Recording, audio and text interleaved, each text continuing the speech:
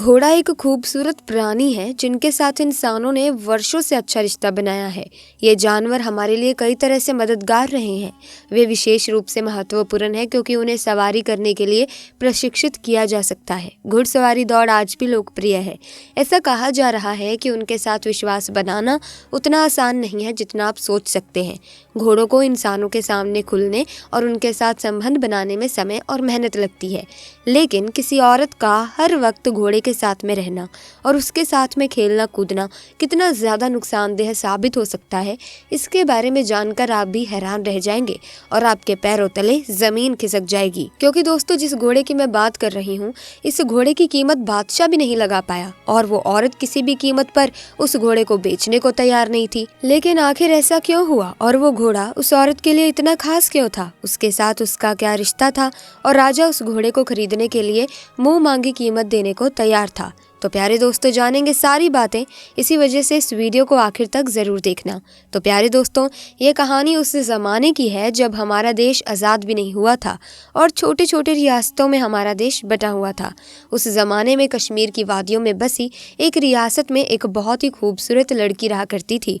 एक तो लड़की अपनी खूबसूरती की वजह से पूरे इलाके में चर्चा में बनी रहती थी और साथ ही इस लड़की के पास एक बहुत ही आल्हा नस्ल का घोड़ा था और जो उस लड़की की तरह अपनी खूबसूरती के लिए पूरे इलाके में मशहूर था। कई लोगों ने घोड़े को खरीदने की कोशिश भी की, लेकिन लड़की ने कभी भी उस घोड़े को नहीं बेचा। इधर जिस रियासत में लड़की रहती थी, उसी रियासत का बादशाह घोड़े का बहुत बड़ा शौकीन था और उसके राजमहल में एक से बढ़कर एक घोड़े मौजूद थे और बादशाह अक्सर अपने पसंदीदा घोड़े पर सवार होकर सैर सपाटे के लिए जाया करता था। और उसके साथ ही इस बादशाह को शिकार का भी बहुत शौक था और इस काम के लिए वो अपने खेमे में मौजूद सबसे खूबसूरत और सबसे मजबूत घोड़े को लेकर जाता था। तो ऐसे में बादशाह का मूड बना तो बादशाह ने अपने सिपाहियों को बुलाकर कहा कि जाओ और अस्तबल में मौजूद घोड़ों में से एक मजबूत घोड़े को लेकर आओ। बादशाह ने जब सिपाहियों से कहा तो सिपाही कहने लगा कि बादशाह सलामत, हमारी रियासत में एक लड़की है जो यही कोई 28 साल की है और बादशाह सलामत, इस लड़की के पास एक बहुत ही खूबसूरत घोड़ा है जिसे लड़की के अलावा किसी ने छुआ तक नहीं है और ना ही लड़की ने घोड़े को बेचा है। जब बादशाह ने घोड़े के बारे में बात सुनी तो बस वो घोड़े को देखने के लिए बेताब हो गया। उसने फौरन सिपाहियों को हुक्म दिया कि जाओ उस लड़की से घोड़ा लेकर आओ। सिपाही उस लड़की के पास गए और कहा कि बादशाह सलामत ने आपका घोड़ा मंगवाया है, लेकिन उस लड़की ने साफ इनकार कर दिया। और जब ये खबर बादशाह के पास पहुंची तो बादशाह को बहुत गुस्सा आया कि हमें मना करने वाला आखिर ये कौन है। लेकिन दोस्तों, ये बादशाह बहुत अच्छा इंसान था। उसने अपने गुस्से को काबू किया और अपने सिपाहियों को हुक्म दिया कि उस लड़की को बाइज्जत उसके घोड़े के साथ हमारे दरबार में लेकर आओ। जब सिपाहियों ने उस लड़की से जाकर कहा कि बादशाह ने आपको आपके घोड़े के साथ बुलवाया है, तो ऐसे में लड़की मान गई और लड़की दरबार में अपने घोड़े के साथ पहुंच गई। लेकिन लड़की ने यह बात पहले से ही ठान ली थी, चाहे कुछ भी क्यों ना हो जाए, लेकिन मैं अपना घोड़ा किसी भी हालत में बादशाह को नहीं दूंगी। और बादशाह ने जैसे ही घोड़े को देखा तो वो उसका दीवाना हो गया और वो उसकी मुंह मांगी कीमत देने के लिए भी तैयार हो गया। लेकिन लड़की ने कहा कि अगर आप अपनी पूरी रियासत भी मुझे दे देंगे तो भी इस घोड़े की कीमत के मुकाबले नहीं हो सकती। मैं इस घोड़े को किसी भी कीमत पर बेचने के लिए तैयार नहीं हूँ। तो इस पर बादशाह ने पूछा कि आखिर इस घोड़े में ऐसा क्या है? तो लड़की ने कहा कि बस ये मेरा पसंदीदा घोड़ा है। लड़की ने कहा, हाँ, आप चाहे तो इस घोड़े की सवारी कर सकते हैं। बादशाह ने सोचा कि चलो एक बार ही सही घोड़े की सवारी ही कर लेता हूँ। तो फिर बादशाह ने जब उस घोड़े की सवारी की तो वो उसकी दौड़ और फुर्ती का दीवाना हो गया और वो लड़की को मुंह मांगी कीमत देने के लिए फिर से तैयार हो गया।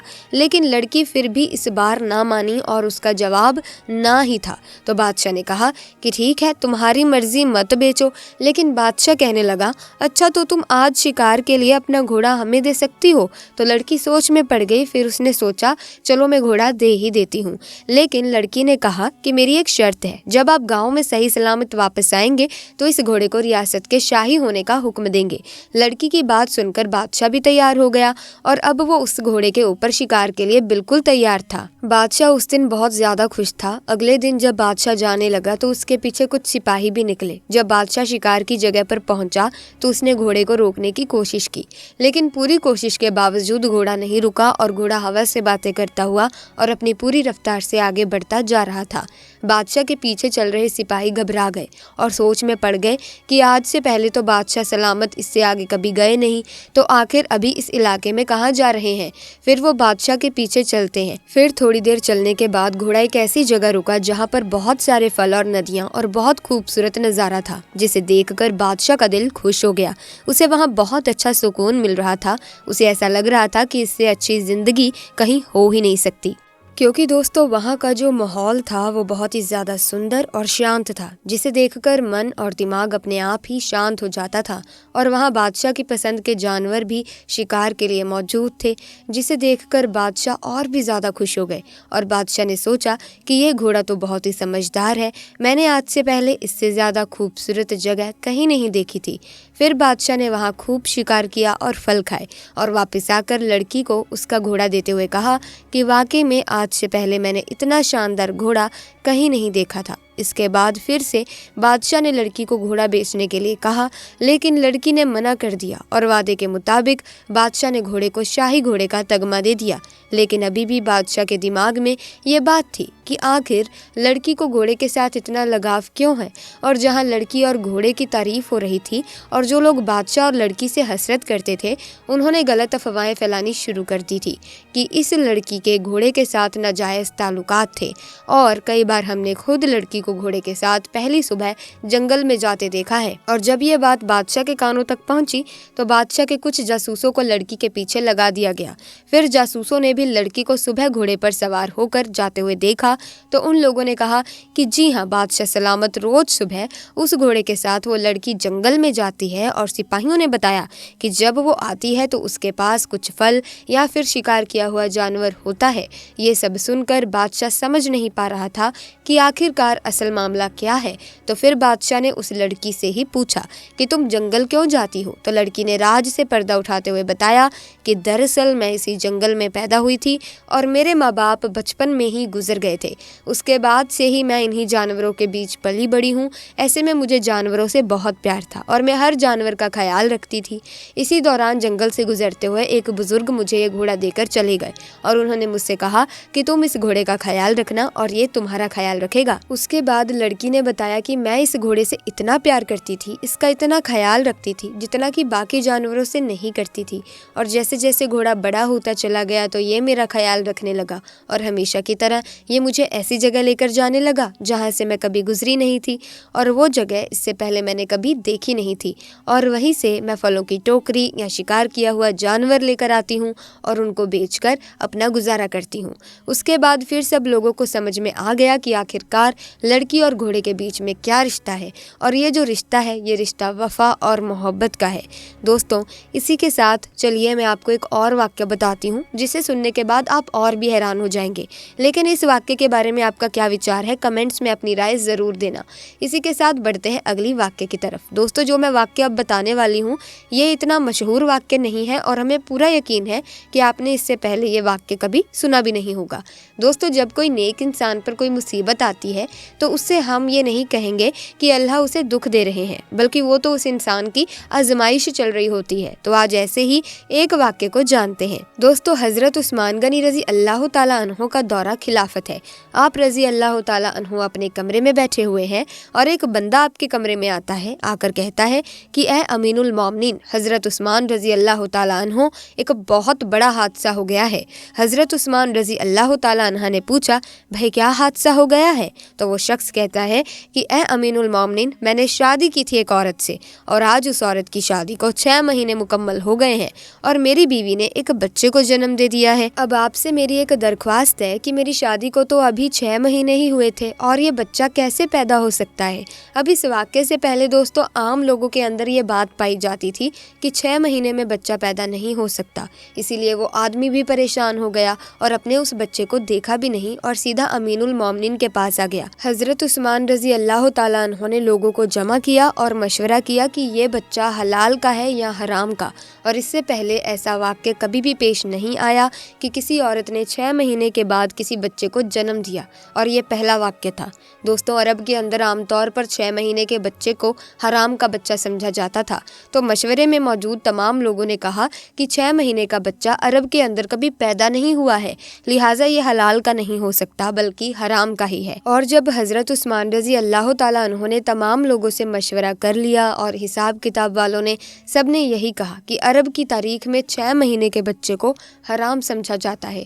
तो यहाँ पर हज़रत उस्मान रज़ी अल्लाह ताला अन्हो ने हुक्म दिया कि औरत को संसार कर दिया जाए। हज़रत उस्मान रज़ी अल्लाह ताला अन्हो ने हुक्म दिया कि औरत को खुले मैदान के अंदर ज़मीन में गाड़ कर रज़म का अमल शुरू कर दिया जाए। अब जैसे ही आपने हुक्म दिया और आपने ये फ़ैसला फरमाया तो ये खबर आसपास के इलाकों में फैल गई और चलते चलते ये खबर हज़रत अली रज़ी अल्लाह ताला अन्हो के कानों में भी जा पहुंची। अब हज़रत अली उस मैदान के बजाय जहां उस औरत को संहार किया जाना था वहां पर ना जाते हुए सीधा हज़रत उस्मान रज़ी अल्लाह ताला अन्हो के पास जा पहुंचे और सलाम करने के बाद अमीनुल मौलनी से पूछा कि उस्मान, क्या आपने ये हुक्म दिया है कि उस औरत को रज़म किया जाए जिसने 6 महीने का बच्चा पैदा किया है? तो हज़रत उस्मान रज़ी अल्लाह ताला अन्हा ने फरमाया, हाँ, मैंने ये हुक्म दिया है क्योंकि उसने हराम का बच्चा जन्मा है और 6 महीने में बच्चा पैदा नहीं हो सकता। और मैंने ये फ़ैसला तमाम लोगों के मशवरे से किया है और सभी ने ये मशवरा किया है कि 6 महीने का बच्चा हलाल का नहीं हो सकता। अब हज़रत अली रज़ी अल्लाह ताला अन्हो ने इरशाद फरमाया और कहा कि ए अमीनुल मोमिनीन, आपने गलत फ़ैसला किया है। हज़रत उस्मान रज़ी अल्लाह ताला अन्हो ने फरमाया कि मैंने अपना हिसाब और किताब लगाया है कि 6 महीने का बच्चा हलाल का नहीं हो सकता। तो यहाँ पर हज़रत अली ने फरमाया कि उस्मान, 6 महीने का बच्चा तो कुरान से साबित है। अब हज़रत उस्मान रज़ी अल्लाह ताला अन्हो ये सुनकर परेशान हो गए कि कुरान से कैसे साबित है। फिर हज़रत उस्मान रज़ी अल्लाह ताला अन्हो ने कहा कि अच्छा, ये तो 2.5 साल बनते हैं, अब इसमें से 6 महीने का बच्चा कैसे निकलेगा? तो हज़रत अली ने फरमाया कि दूसरी आयत पढ़ो। अल्लाह फरमाता है कि 2 साल दूध पिलाने के, 30 महीने में से 2 साल निकालो और जब आप 24 महीने निकालोगे तो पीछे 6 महीने बचेंगे। तो हज़रत उस्मान रज़ी अल्लाह ताला अन्हो फरमाने लगे कि ए अली, बात तो तुमने बिल्कुल ठीक कही है। हज़रत अली रज़ी अल्लाह ताला अन्हो ने फरमाया, क़यामत तक अगर किसी औरत का 6 महीने का बच्चा बिस्तर पर पैदा हुआ है तो उसे हलाल किया जाएगा, हराम नहीं, क्योंकि ये कुरान की आयत के मुताबिक है। और सारी दुनिया झूठी हो सकती है लेकिन कुरान पाक की बात कभी झूठी नहीं हो सकती। हज़रत उस्मान रज़ी अल्लाह ताला अन्हो ने फ़ौरन ही सिपाहियों को दौड़ाया, अल्लाह ना करे कि उस औरत का संसार कर दिया जाए तो क़यामत के दिन मैं उस्मान को क्या बोलूँगा। हज़रत उस्मान रज़ी अल्लाह ताला अन्हो रोने लगे और आपकी चीख निकल गई और आप अपने आप से फरमाने लगे कि कल क़यामत के दिन अल्लाह को तो क्या जवाब देगा। और आपने सिपाहियों से फरमाया कि जल्दी जाइए, इस औरत को बचाइए। हज़रत अली रज़ी अल्लाह ताला अन्हो भी वहाँ से निकले और वो सिपाही भी निकले। अल्लाह का करम है, ऐसा हुआ कि उस औरत को ज़मीन में गाड़ दिया गया और उसका सिर्फ चेहरा ही बाहर था और उसकी बहन उसे आखिरी मुलाकात करने आई हुई है और ज़ारो कता रो रही है और उससे बातें कर रही है। अब सिपाही भी वहाँ पर पहुँच गए, हज़रत अली भी वहाँ पहुँच गए। उस वक्त वहाँ पहुँचते ही हज़रत उस्मान रज़ी अल्लाह ताला अन्हो ने उस रज़म को रोकने का हुक्म दे दिया। उस वक्त उस ज़मीन में गड़ी हुई औरत ने अपनी बहन से एक बात कही कि ऐ मेरी बहन, मत रो और ना ही एक गम कर, और कहने लगी कि उस्मान रज़ी अल्लाह ताला अन्हो के हुक्म से मुझे रज़म तो किया जा रहा है लेकिन मैं अल्लाह की कसम खाकर कहती हूँ कि जिन्ना तो बहुत दूर की बात है, खुदा की कसम मुझे किसी गैर महरूम ने छुआ तक नहीं है। और उस औरत को उसी वक्त ज़मीन से बाहर निकाला गया और हज़रत उस्मान रज़ी अल्लाह ताला अन्हो ने उस औरत को अपने पास बुलाया और उसके बेटे को पेश किया गया। रिवायत के अंदर ही ये अल्फाज मौजूद है कि जिस तरह परिंदों में 2 अंडे मिला दिए जाएं तो पता ही नहीं चलता कि कौन सा अंडा किसका है, दोनों में क्या फ़र्क है। इसी तरह उस बच्चे की शक्ल और सूरत बिल्कुल उसके वालिद के ऊपर थी और वालिद ने उसको अभी तक नहीं देखा था। वालिद ने जब देखा और कहा कि अल्लाह की कसम ये तो मेरा ही बेटा है। तो मेरे प्यारे अजीज़ दोस्तों, यहाँ पर एक बात तो मालूम हो गई कि जो 6 महीने में बच्चा पैदा होता है उसे हलाल समझा जाएगा क्योंकि कुरान पाक में ये फ़ैसला मौजूद है। तो उम्मीद करती हूँ दोस्तों आपको ये वाक्य भी पसंद आया होगा। अगर आपको ये वाक्य पसंद आया है तो दोस्तों आप इस वाक्य के बारे में क्या सोचते हैं, आपके क्या विचार हैं, आप अपनी राय कमेंट सेक्शन में ज़रूर बताएं। इसी के साथ अगर आपको इसी तरह के वाक्य सुनने अच्छे लगते हैं, आपको शौक़ है ऐसे वाक्य सुनने का, तो आप अभी हमारे चैनल को सब्सक्राइब करके बेल आइकन को प्रेस कर सकते हैं ताकि इसी तरह के वाक्य की अपडेट आपको मिलती रहे। और इसी के साथ अगर आप भी सच्चे आशिक रसूल हैं, अगर अल्लाह की रज़ा पर राज़ी रहते हैं, हमेशा अल्लाह का गुणगान करते हैं, नमाज अदा करते हैं, कभी भी गलत रास्ते पर नहीं चलते बल्कि अल्लाह ने जिस रास्ते पर चलने को कहा है उसी रास्ते पर चलते हैं, किसी गरीब का हक नहीं मारते तो पूरे मन से, पूरे दिल से कमेंट सेक्शन में 3 बार अल्लाहु अकबर, अल्लाहु अकबर, अल्लाहु अकबर ज़रूर लिखना, ताकि दोस्तों अल्लाह आपकी हिफाजत कर सके, आपके ऊपर हमेशा मेहरबान रह सके। इसी के साथ आज की वीडियो में बस इतना ही। वीडियो में बताए गए वाक्य अच्छे लगे तो वीडियो को लाइक करें, शेयर करें। मिलेंगे जल्दी एक नई वीडियो में नए वाक्य के साथ। तब तक के लिए हमें दीजिए इजाज़त। खुदा हाफिज़।